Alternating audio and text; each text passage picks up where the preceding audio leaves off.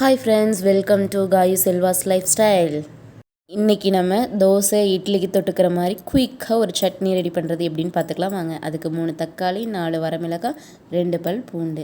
உங்களுக்கு காரத்தை தகுந்தாப்பில் கூடவோ குறையவோ மிளகாய் எடுத்துக்கோங்க. இப்போ நான் 4 மிளகாய் எடுத்து சுடுதண்ணியில் ஊற வச்சுக்க போகிறேன். இப்போ ஸ்டவ் ஆன் பண்ணி கடாயை வச்சுக்கலாம். கடாயை சூடானதுக்கப்புறம் நல்லெண்ணெய் நான் சேர்த்துருக்கேன். நல்லெண்ணெய் சேர்த்து செஞ்சால் நல்லாயிருக்கும். இது கூடவே 2 பல் பூண்டு போட்டுக்குங்க.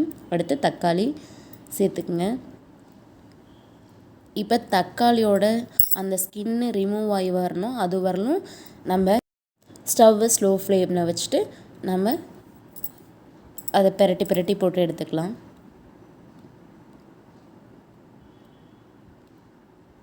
ஸ்லோ டு மீடியம் அந்த மாதிரி வச்சு நீங்கள் வதக்கி எடுத்துக்கோங்க. அதுவாக தானாகவே ஸ்கின்னு ரிமூவ் ஆகி வரும்.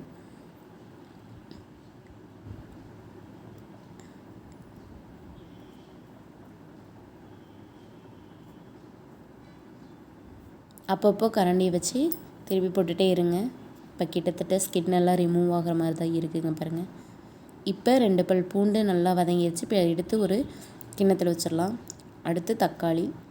இப்போ இதுவுமே கிட்டத்தட்ட ரெடி ஆகிருச்சு பாருங்கள். நல்லாவே ஸ்கின்னெல்லாம் ரிமூவ் ஆகிட்டுருக்கு. இதே மாதிரி திருப்பி விட்டுக்குங்க. இல்லைன்னா ஒரு சைடாக ஏதாச்சுன்னா அது ஒரு சைடு மட்டும் வெந்திருக்கும், அடியிலலாம் வேகாத இருந்திருக்கும்.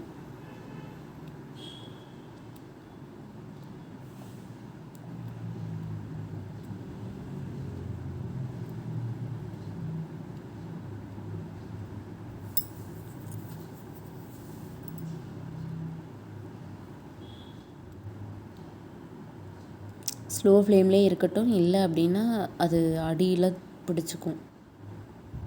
இப்போ அவ்வளோதான், ஸ்கின்னெல்லாம் ரிமூவ் ஆயிடுச்சு. இப்போ நம்ம ஸ்டவ் ஆஃப் பண்ணிக்கலாம்.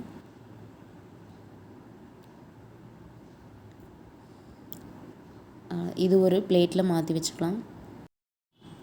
மாற்றி வச்சாச்சு. ஸ்கின்னெல்லாம் ரிமூவ் பண்ணணும். இந்த மாதிரி வச்சு நீங்கள் ரிமூவ் பண்ணி எடுத்துக்கோங்க. இது கொஞ்ச நேரம் இப்படியே இருக்கட்டும், ஆறணும். அப்போ தான் நம்ம மிக்சியில் போட்டு அரைக்க முடியும்.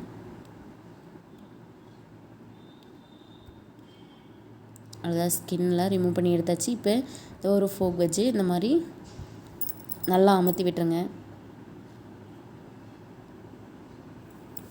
இப்போ இது கூட எடுத்து வச்சுருக்க 2 பல் பூண்டு ஊற வச்சுருக்கோம் இல்லையா, அந்த 4 வரமிளகாய் சேர்த்துங்க. அந்த வரமிளகாய் ஊற வச்ச தண்ணியும் இருக்கட்டும், ஏன்னா சட்னி அரைக்கும் போது இது பண்ணிக்கலாம். இப்போ இது ஒரு மிக்ஸி ஜாரில் மாற்றியாச்சு. இது கூடவே ஒரு சின்ன துளி புளி போட்டுக்குங்க. உப்பு சேர்த்துங்க உங்களுக்கு தேவையான அளவுக்கு. இப்போ இதை அரைச்சி எடுத்தாச்சு. அவ்வளோதான், சட்னி ரெடி. இப்போ இதுக்கு தாளிப்பு கொடுத்துக்கலாம். இப்போ அதே கடாயில் எண்ணெய் ஹீட் ஆகட்டும். இது கூட நம்ம கடுகு சேர்த்துக்கலாம். இப்போ கடுகு பொரிஞ்சிருந்துச்சு. உடனே கறிவேப்பிலை சேர்த்துக்கலாம். சேர்த்துட்டு நல்லா கலந்து விட்டுருங்க. ஸ்டவ் ஆஃப் பண்ணிடுங்க. அவ்வளோதான், சூப்பரான சட்னி ரெடி. இது மேக்ஸிமம் செய்ய 5 to 7 minutes தான் ஆகும். அவ்வளோதான். இந்த வீடியோ உங்களுக்கு பிடிச்சிருச்சுன்னா மறக்காமல் லைக் பண்ணுங்கள், ஷேர் பண்ணுங்கள், சப்ஸ்கிரைப் பண்ணுங்கள், மறக்காமல் கமெண்ட் பண்ணுங்கள். Thank you to all.